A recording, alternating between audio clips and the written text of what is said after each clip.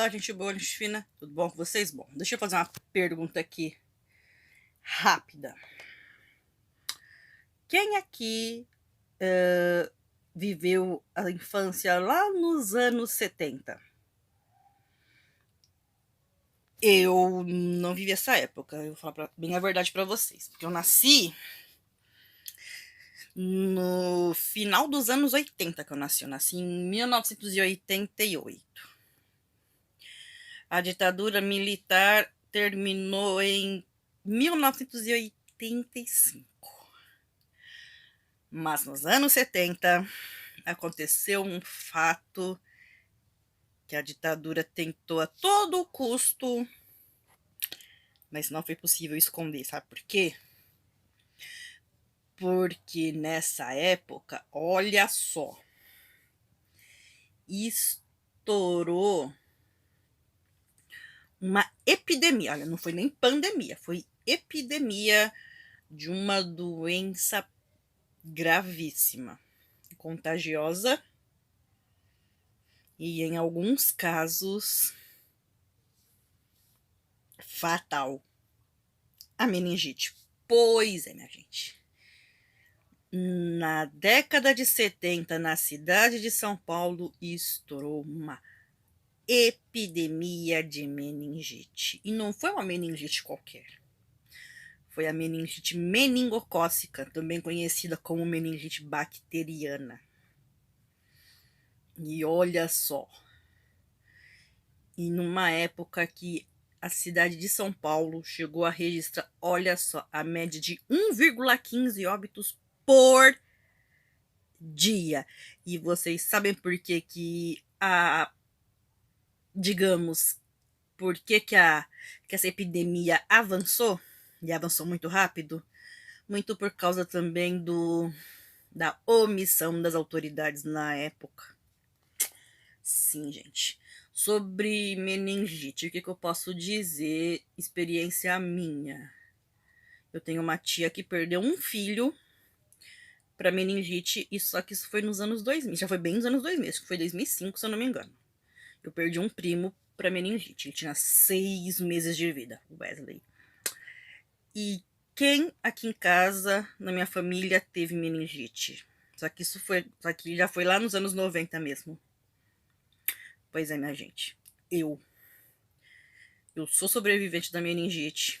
Graças a Deus. Sem nenhuma sequela. Acho que a que eu tive foi a meningite viral. E os principais sintomas da meningite são, geralmente, febre alta. Eu tive febre alta. Convulsão. Vômitos. E uma rigidez na nuca.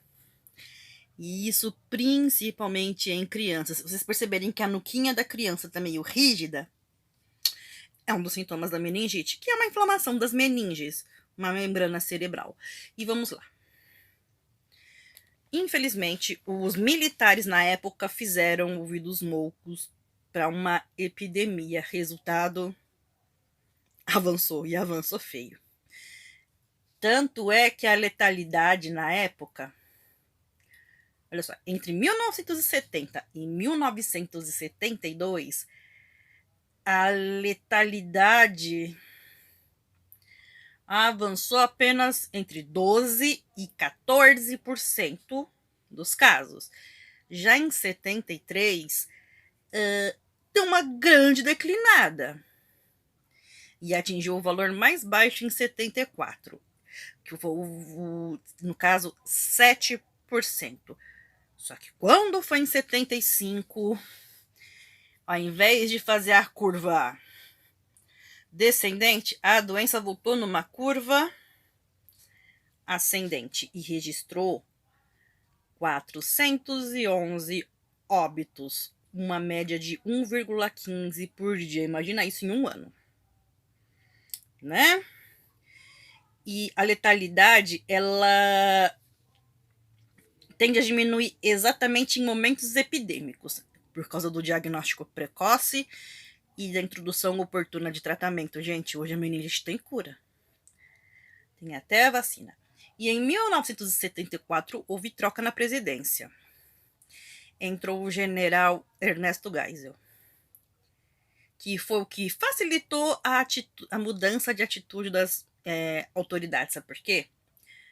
Porque em julho de 74 foi criada a Comissão Nacional de Controle da Meningite. Sim. E ela foi encarregada de traçar uma política de vigilância epidemiológica. Palavrinha complicada. Vamos lá de novo.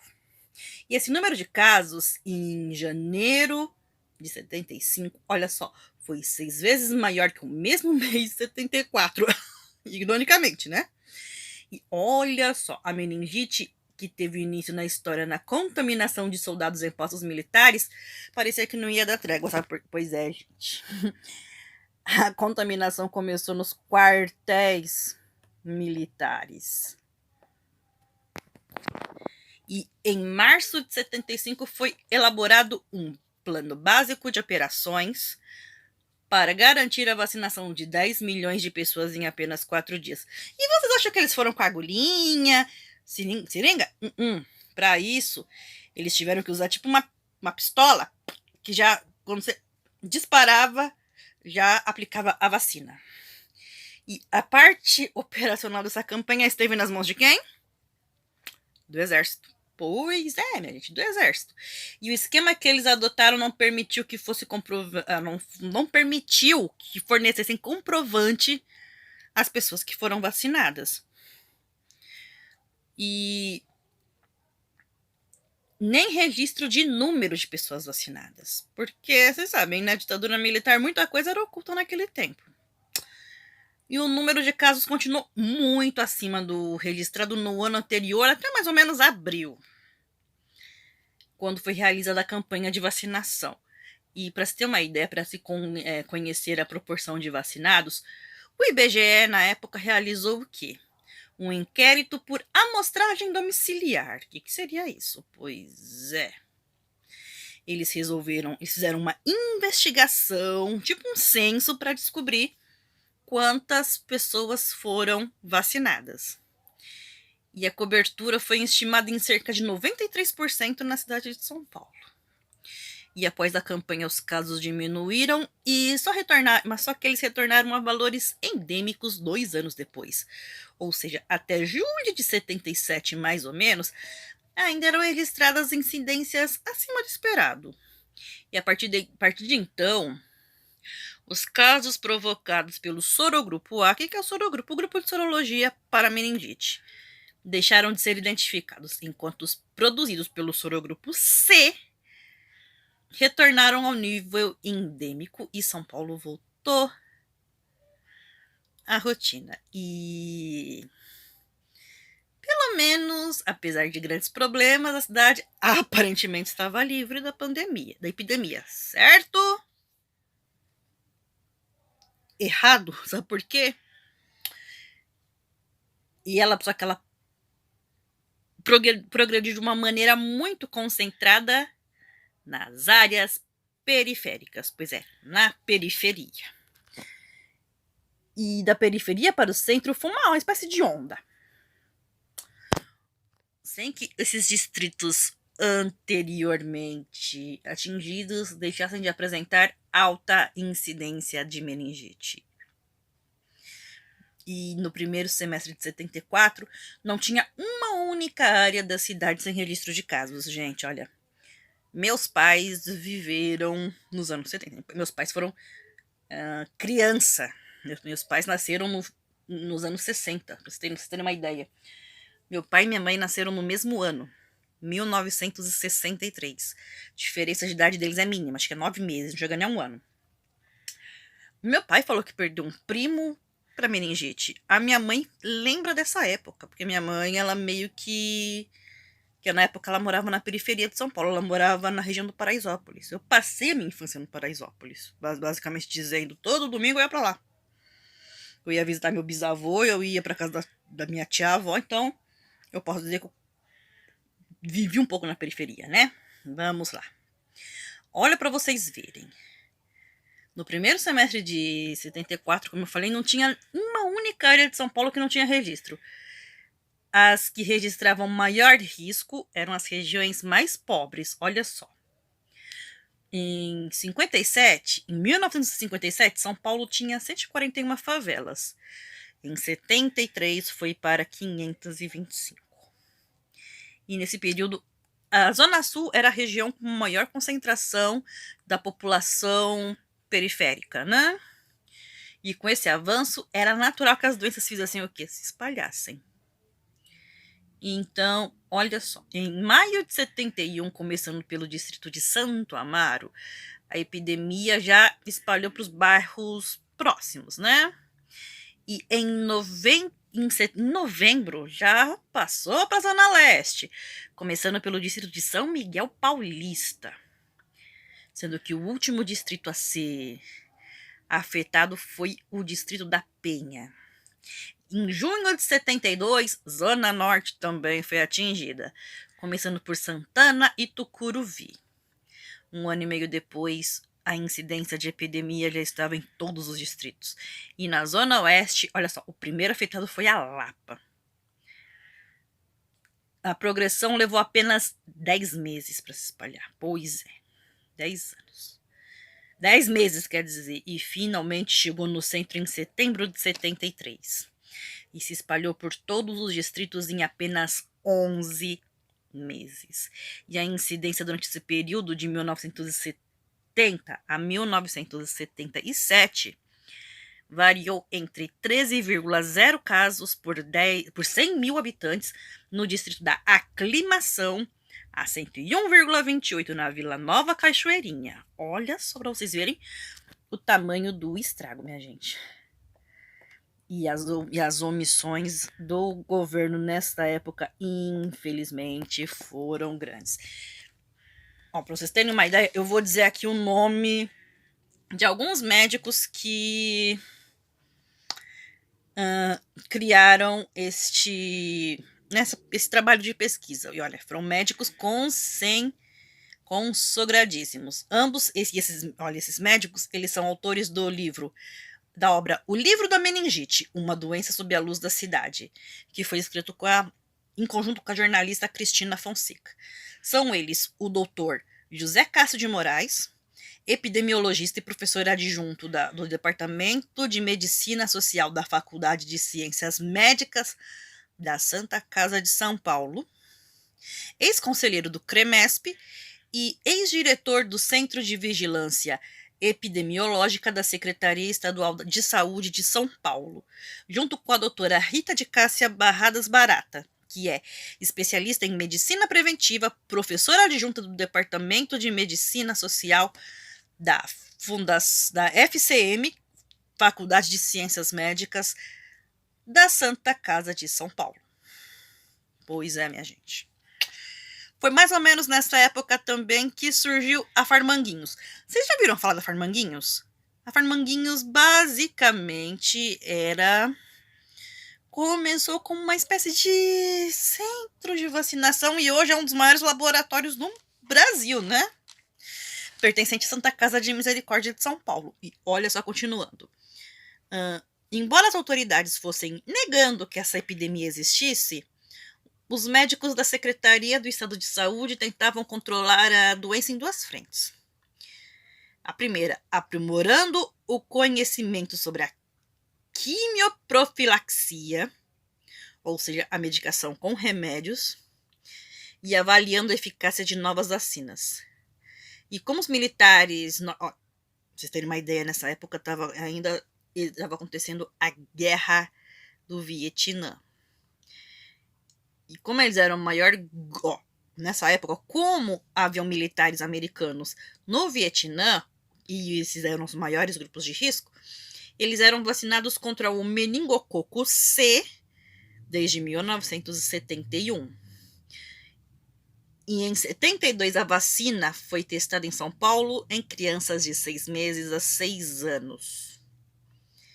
E apenas produziu resposta imunológica para crianças a partir de 2 aninhos. Bom, pelo menos a gente pôde ver que funcionou, né? Continuando. E nesse período, a distribuição etária dessa doença, quando comparada ao período endêmico, apresentou algumas mudanças e foi se deslocando em direção a grupos etários mais velhos, embora crianças menores de 5 anos ainda fossem grupo de risco. Em 74, essa distribuição outra vez se alterava, sabe por quê? Que aumentou a incidência entre as faixas etárias de 15 a 29 anos. E olha só, essa tendência se acelerou tanto, mas se acentuou tanto que sabe o que aconteceu? As taxas atingiram níveis apavorantemente altos. 563 casos por 100 mil habitantes. E vocês sabem que São Paulo é uma cidade grande, né? Enorme. Deve ser uma das maiores metrópoles do mundo, se não for a maior. E aí, entre menores de 1 ano e 51 casos em pessoas com 50 anos ou mais. E a distribuição etária dessa letalidade também sofreu alterações. Sabe por quê? As taxas mais altas continuaram entre os menores de 1 ano, mas houve uma elevação no grupo de 10 a 14 anos. E redução nos grupos acima de 19 anos. E o aumento da incidência no grupo acima dos 14 anos ocorreu apenas no sexo masculino. Muito provavelmente porque pela maior exposição a situações de risco de transmissão relacionadas ao trabalho. Na literatura, no caso na literatura espírita, há 2 livros que citam essa epidemia de meningite nos anos 70. São 2 livros do mesmo médium, do Marcelo César, que eu vou deixar aqui para vocês do lado, que aí vocês podem, se vocês tiverem interesse, claro, vocês podem pesquisar. O primeiro que fala sobre, que cita mais ou menos sobre essa epidemia, se chama Medo de Amar. É de acho que é de 2003, se eu não me engano, é de 1995. E eu vou pesquisar, mas vai aparecer aqui na legenda. E o outro, que no momento eu tô lendo de novo, que é o 13 Almas. Aí vocês vão falar, mas esse 13 Almas aí não é de incêndio do Joelma? É, porque vocês podem ver. O incêndio do Joelma aconteceu bem nessa época, mas é citado a epidemia de meningite nesse livro também. Eu vou ver se eu deixo o link para vocês aqui, uma matéria do... Vou deixar aqui na descrição do vídeo. Uma matéria do R7 sobre esse acontecimento. Bom, minha gente, é isso.